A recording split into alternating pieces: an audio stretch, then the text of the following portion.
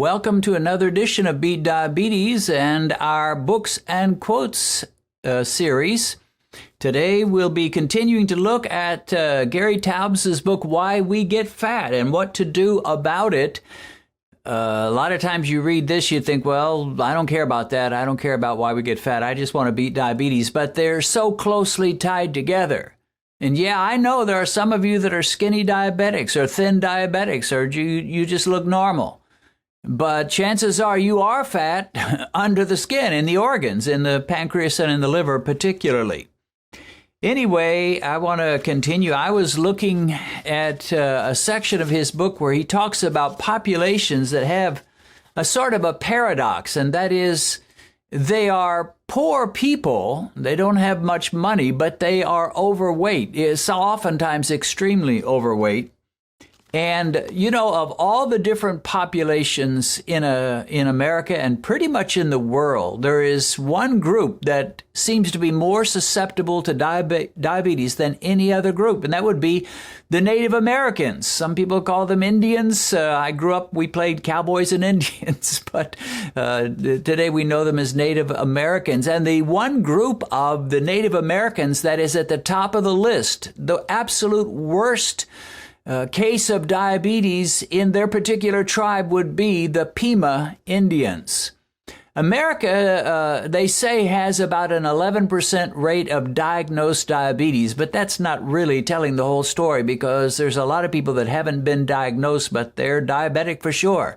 So if you go by the diagnosed ones plus the ones who are diabetic but they don't know it yet, we're probably up getting pretty close to 20% of Americans, adults anyway, that are diabetic.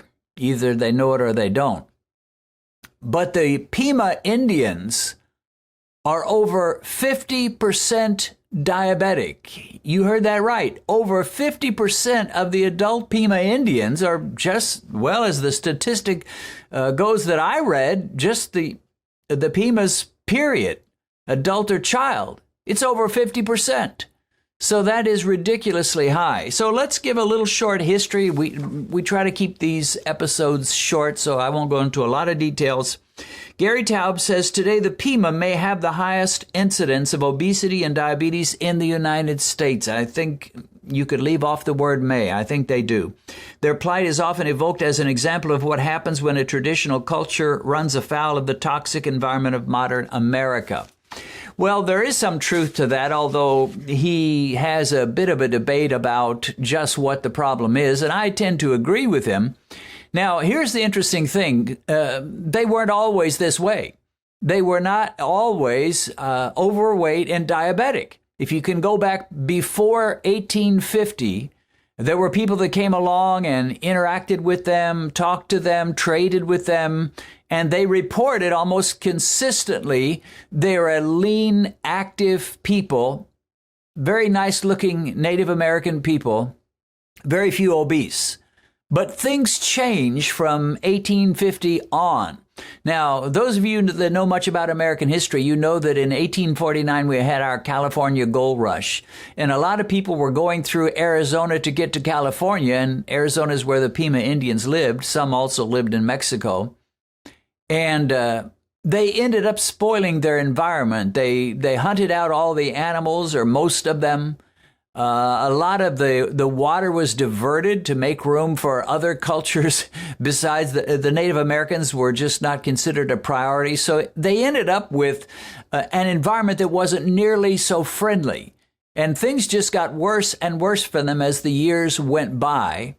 And eventually the government, in its great compassion, decided, well, we got to help these people out, so we'll give them food rations. And they became more and more dependent on U.S. government food rations. The problem was a lot of those rations were flour, white flour, and a significant amount of sugar. And as you can guess, that did not do them any good. Now, you can do searches on Google for the Pima Indians, and the reasons for why they ended up so overweight and so diabetic are all over the map. The plant-based folks say it's because they ate too much meat. The low-carb meat eaters say it's because they ate too many carbs, period. And some say other things. Some talk about a thrifty gene. There are just all kinds of explanations. But let me just read a few more things Gary Taubes says. He says, why were they fat? Years of starvation are supposed to take weight off. This is after 1850. They got in worse and worse economic shape to the point where, and plus there was a famine, and it got to the point where they were almost starving, and finally the government stepped in and helped them. But they weren't doing very well. He says when things are in a condition of starvation, you should get skinnier and skinnier. And he makes the point that in some of the poorest populations in our world and in our nation are some of the most overweight people. And I've been to poor areas in Africa. And you would think, all right, they're poor. They don't have too much to eat. They should be rail thin. And yet many of them are overweight, significantly overweight. Not all, obviously, but many are. So Taubes puts the question, why is it that when people tend to get so poor, they tend to become more and more obese and get more and more diabetes? Well, he says they couldn't explain why women were typically the fat ones. Now, some people say, well, you get obese and you become diabetic because you don't exercise enough. You don't walk enough. You're too sedentary. And yet Taubes brings up the fact that in the Pima Indian tribe, the women were the hard workers. Men, they kind of took it easy. It was a male-oriented society. So the women were out there dealing with the crops and bringing things in and carrying stuff on their heads. And they were the hard workers. The men were the one taking it easy. And yet the women became obese. Again, bringing the point out that this is a dietary issue more than anything else. It wasn't because they were sitting around watching television. In the 1900s, there was no television, and yet they were becoming more and more obese, more and more diabetic. He says the bulk of the government rations distributed to the reservation, and they became more and more dependent on government rations. The bulk of it was white flour as well as significant sugar. And he says there are numerous populations like this where they are dirt poor, and yet so many of them are obese. Now, I mentioned that explanations for this are all over the place, and everybody's got an explanation. You tend to explain the Pima Indians, or Native Americans in general, based on your own biases. So if you're a whole foods, plant-based person who thinks meat is evil and anybody who eats meat is a terrible sinner, you'll say, it's because they ate some meat. The government was giving them meat, although they didn't get a lot of meat. If you're low carb, you'll say it's because they ate too many carbs. And on it can go. One thing I think we can say for sure, and let me just say, I really believe it was the flour and the sugar more than anything else. There were other factors, and Native Americans seem to be genetically predisposed to diabetes for whatever reason. Some call it a thrift gene. Others have other explanations. If you're watching this and you're a Native American, I'd love your input. Leave a comment. Tell us what your story is. And I'd love to hear from a Native American who thoroughly beat diabetes employing a low-carb diet, and I'd love to interview you. But even if you don't want to be interviewed, just let us know what's going on there. One thing I think we can all say for sure, the standard American diet, or the standard African diet, or the standard British diet, standard pretty much any diet, with quite a bit of sugar and a lot of flour, and most of that white flour, is just about the unhealthiest way to live there is. It is an invitation for diabetes to come and put his claws on your life. Come on, diabetes, you're welcome here. Which, of course, would be the dumbest thing you could do. But that's what you do every time you take a big old chunk of bread. And every time you eat something sweetened with lots of sugar. You are welcoming, you are inviting diabetes to come and make its home in your life. The standard diet is so bad. Any other diet is almost always going to be superior. Paleo diet, way better than the standard diet.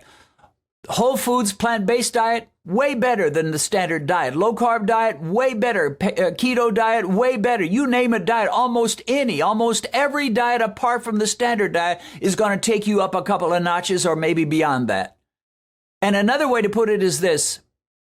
There's a lot you can do to beat diabetes, and I talk about it all the time. I talk about eating 2 meals a day instead of 3. I talk about a 6-hour window of eating. I talk about stopping your snacks and, of course, eating low carb. I talk about a lot of things. But if I could just tell you 2 things that could help everybody to some serious degree, it would be done with sugar. If you want to use a little artificial sweetener or stevia, do it moderately, but be done with regular sugar forever, and be done with grain products and flour products.